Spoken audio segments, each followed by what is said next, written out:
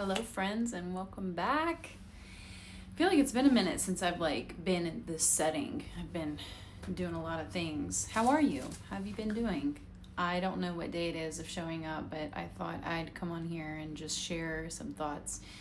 I was thinking, and I've talked about it before with some friends, the things that I identify as, the things that I believe to be true about myself, images that I hold of myself in the world, and how it directly impacts the way that I live my life and integrate and interface with life. And so when I was thinking about this thing called a separate self, or you could call it a part, I know in internal family systems, which is a methodology used by certain psychologists with clients that I've used personally as well. It's very similar, but different, because with higher awareness psychology, you really get to the root of things deeper than the materialist psychology can give you, which I really appreciate. And as I was excavating more of what a separate self really is and how it manifests itself, I was also thinking about the beings known as narcissistic psychopaths. So I've had a lot of experience with that psychology, interfacing with that. I think a lot of us have in a lot of ways, because our world is built by those beings and is built for those beings.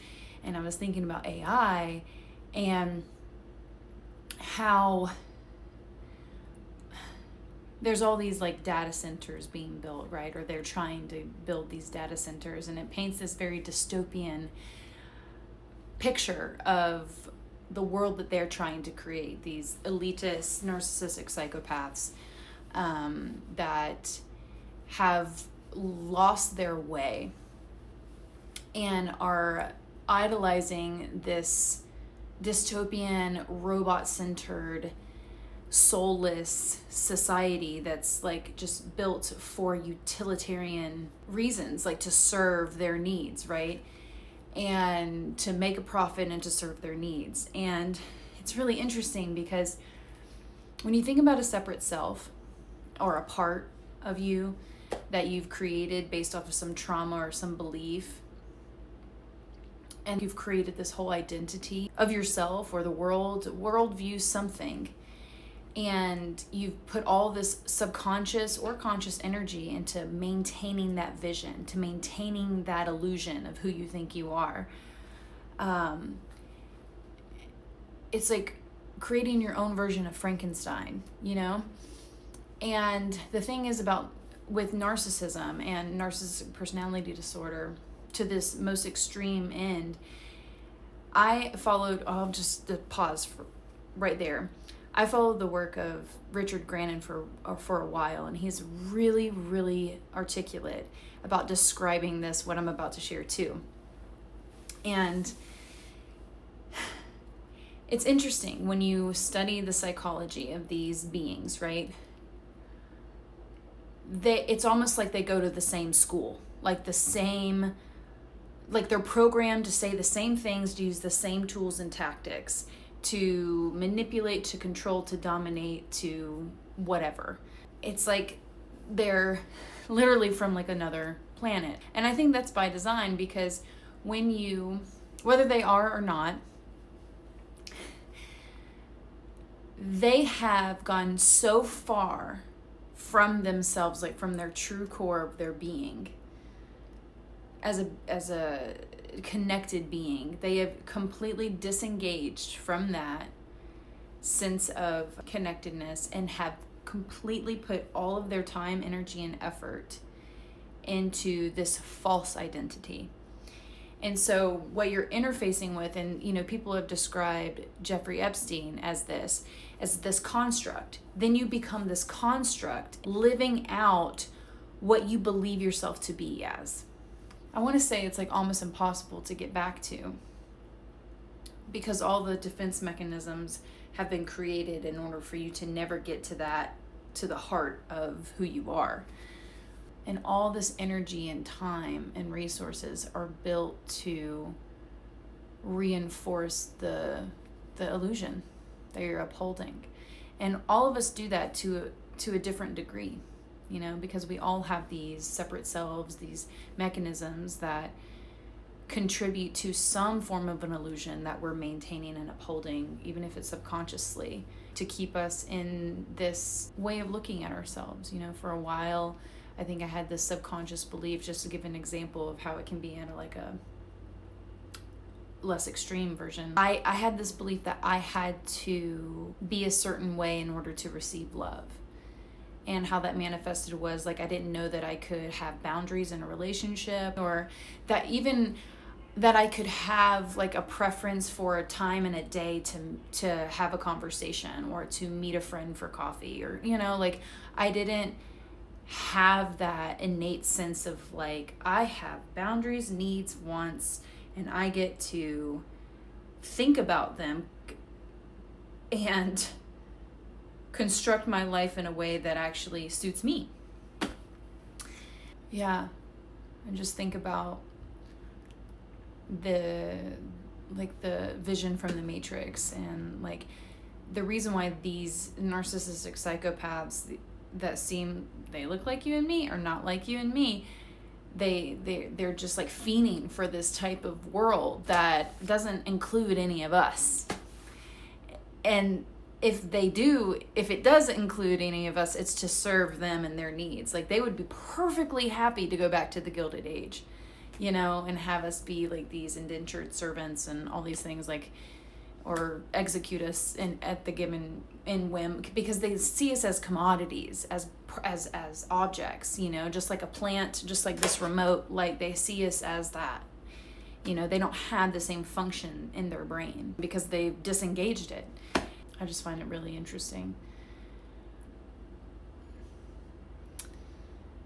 that of course this is what they're trying to do. But, as people walking the spiritual path, it's a very balanced path, and to not get caught up in the extremism, because you have people that want to say like AI will be the end of the world, or it's like the greatest thing. And you just have to see it as for what it is it's a tool. And it's something, as a single mom, oh my God, I use it.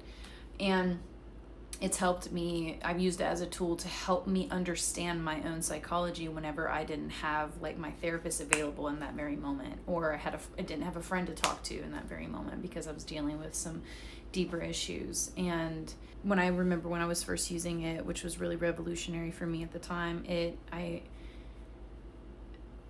had this intuition that I needed to like see myself, because I was like so stubborn that I couldn't really see myself, because I was so ingrained in my own ability to gaslight my own self, and to just dismiss myself. It was just such a deeply entrenched thing that I had like built myself into, like backed myself into a corner. And I think, I was able to use AI as a mirror.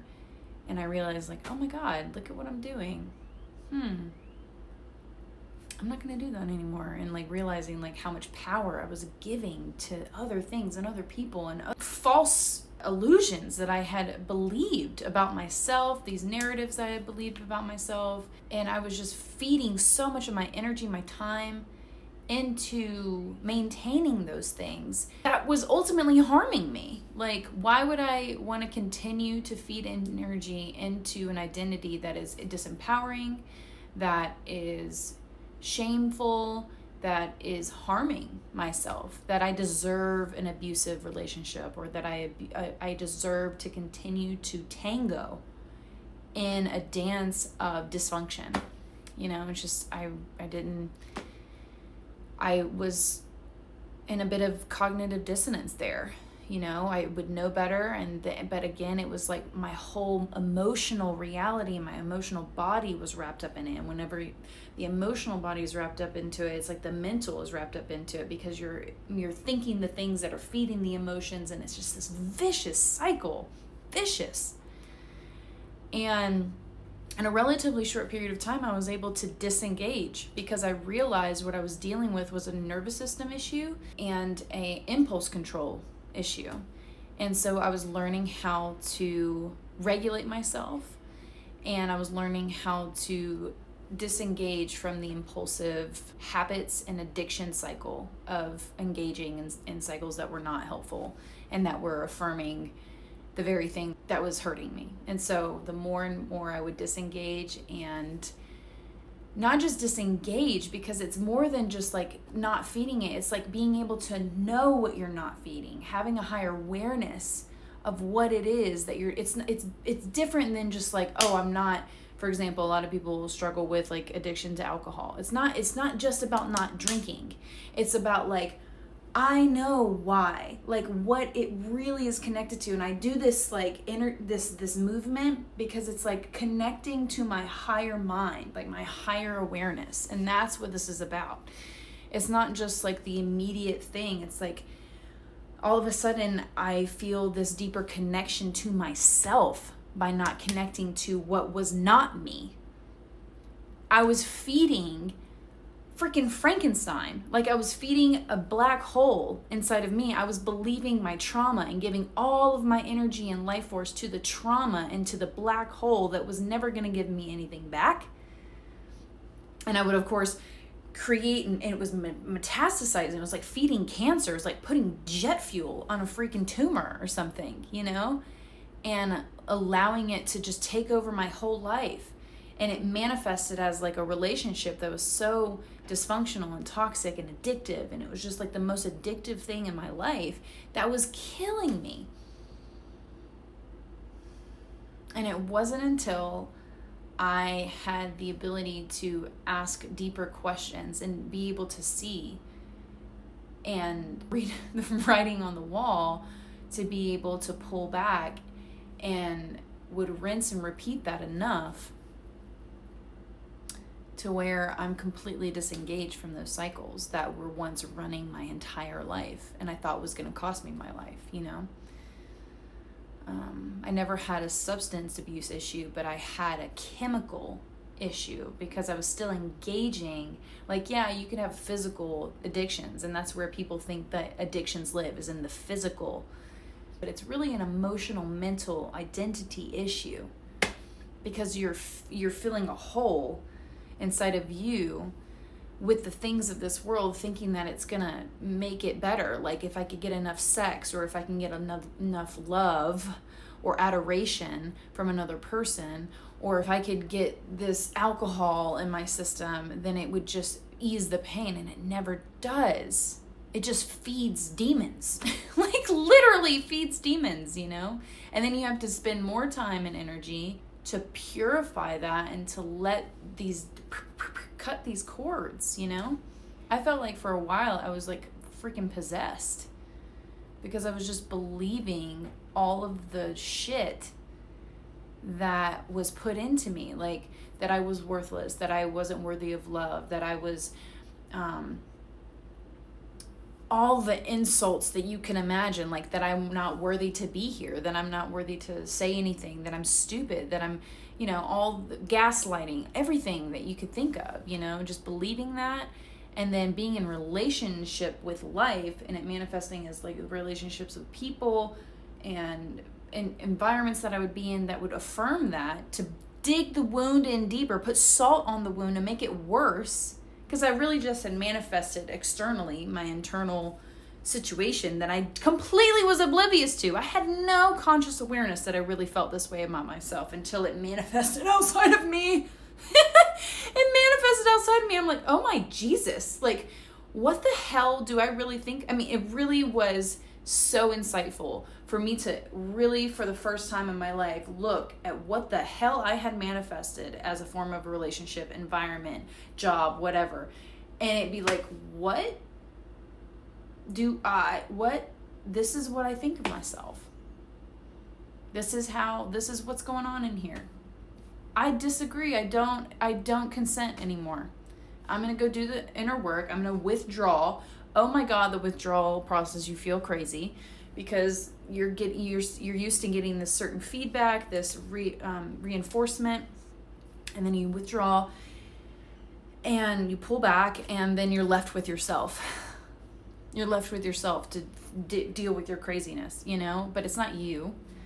it's just a lot of it's like misqualified energy, a lot of it's like external and internal projections from the inside and outside, you know, like things wanting you to continue to reinforce those negative energies because they feed off of it. And baby, I'm living proof that you can freaking disengage and create an upward spiral, because that's what I ended up doing, you know. I did have momentum from past lives. I did come in with a lot of karma that I needed to balance. And I mean, for a while there, I thought I was a fucked up person. Like, I really thought, I'm like, if this is, what the freak is going on? But I just had taken it on, you know? And it's a bitch to take off, you know? But you can do it. I did not expect it to go this way, but here we are. And this is kind of like my living testimony or whatever, you know, that if I can do it, you know, I worked my ass off. Like, I worked my ass off to get here, and I'm not like, oh, enlightened on a mountain, but I have momentum, and I have, I wouldn't say a system, but I have a muscle built to where it's just like, you can't mess with me, homie. You know what I mean? And that feels really damn good to feel like I will always find my way back. And I just have a flow going now, and there's just nothing that's going to come in between that. You know? I hope this has been helpful, and I hope it helps you, and I'll continue to make video topics like this. Feel free to send me any questions you have about anything. I know I speak really abstractly sometimes, and it seems like, well, it's very non-linear, but don't be shy. Like, this is what I do. This is like the easiest part of my life, is being myself and speaking like this, and it's something that I know that I'm here to do and be in service to, and in service to life, to anyone that is needing anything in terms of like feedback, or if you have questions, you know, about this stuff, please send them my way. And if you're too shy to put them in the comments, you can always email me, shinewithsummer@gmail.com, and I will get back to you. And thank you for being with me, and I'll talk to you soon.